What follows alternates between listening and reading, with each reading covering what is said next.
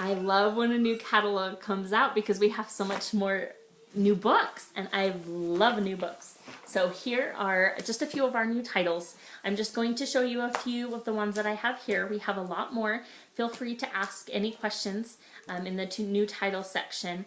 There's a whole bunch of them there, and I have seen pretty much all of them, so I would be able to answer any of your questions.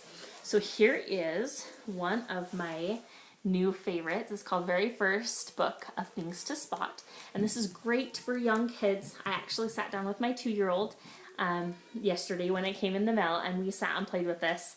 But it helps kids with their beginning searching. It helps that part of their brain. So it says, like, who has a green collar? So then they try and find something that has a green collar, and I can't find a green collar anywhere. That's so funny. Anyway, oh, over here. I couldn't find it. That's so funny. Anyways, but every page has different things for them to find and spot, and then in the back there's some more. I love the monsters. They're so fun. Anyway, that's Very First Things. Okay, and then we have, I love these make and do books. We have lots of them, and there's some boy ones, some girly ones, whatever. This one is Things for Kids to Make and Do. It's only $14.99, which is an amazing price. But it has tons of different things for kids to create, to pull out all their creative juices and make all sorts of fun, pretty things. Okay, I'm going to show you a couple of our new flat books. Like I said, we have lots and lots of flat books because we feel like, you know, the more hands-on, the more senses your child uses, the better they will retain the information. And so we have lots of flat books for that purpose. This one is so fun. It's Lip the Flap General Knowledge, and it shows, like, it has all sorts of different things, like, you always see the same side of the moon from the earth. And then it tells you a little bit about it. So these are all about living things and all about the world. The funnest is the true and false area. Let's see if any of you can get this right. Let's see. The sharks evolved before dinosaurs. True or false? Let's see.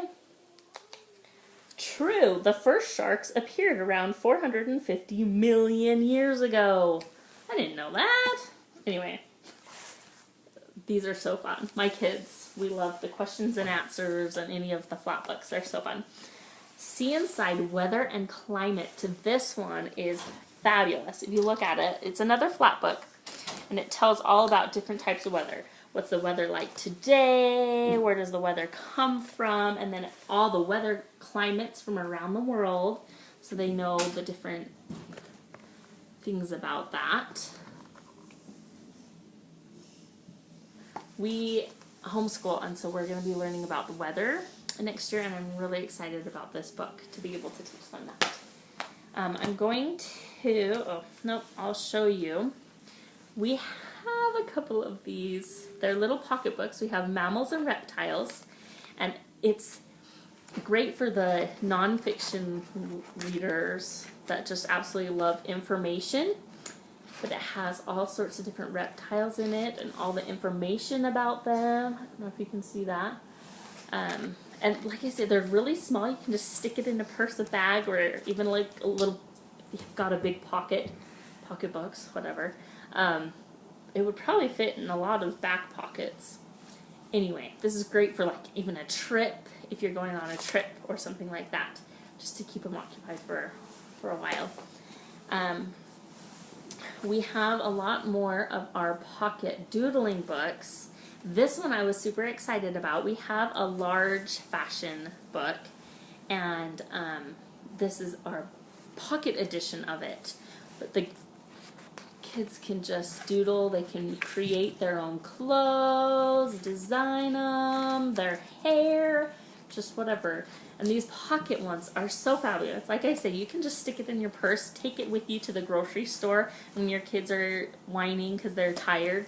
Pull out the book and say, here, doodle along. So we have ones with puzzles and different things like that too. So these are fabulous.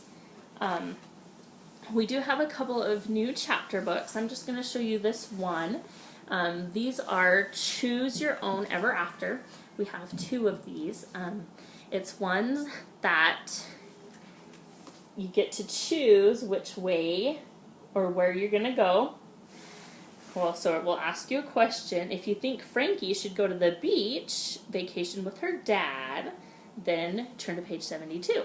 If you think Frankie should go to London with her mom, go to page 38. And so it gives them the opportunity to choose the story.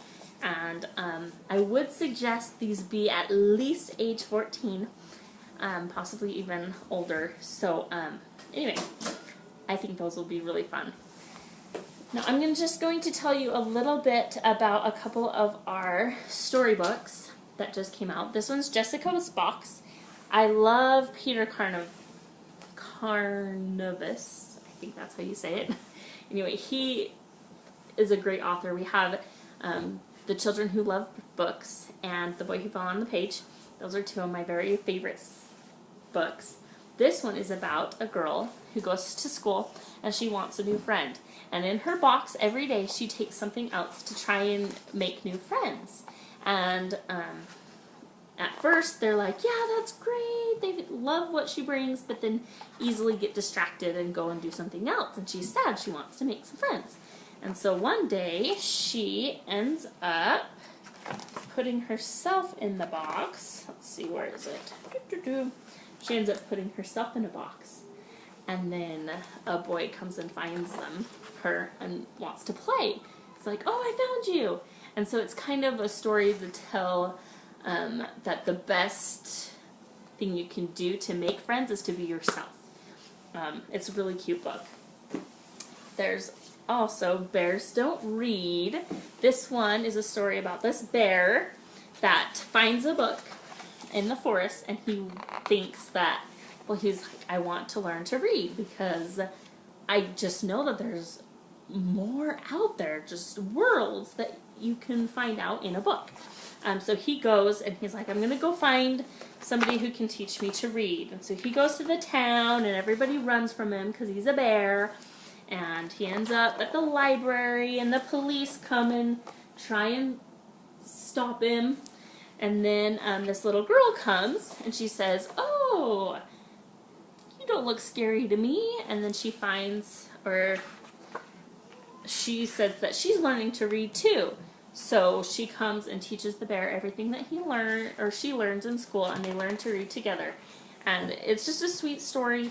I think it would be great for those kids who don't really want to learn to read, how to get them excited about it. About you're not alone in reading, not knowing how to read. There are others that are trying to learn as well. And once you do, you'll love what you find in the books.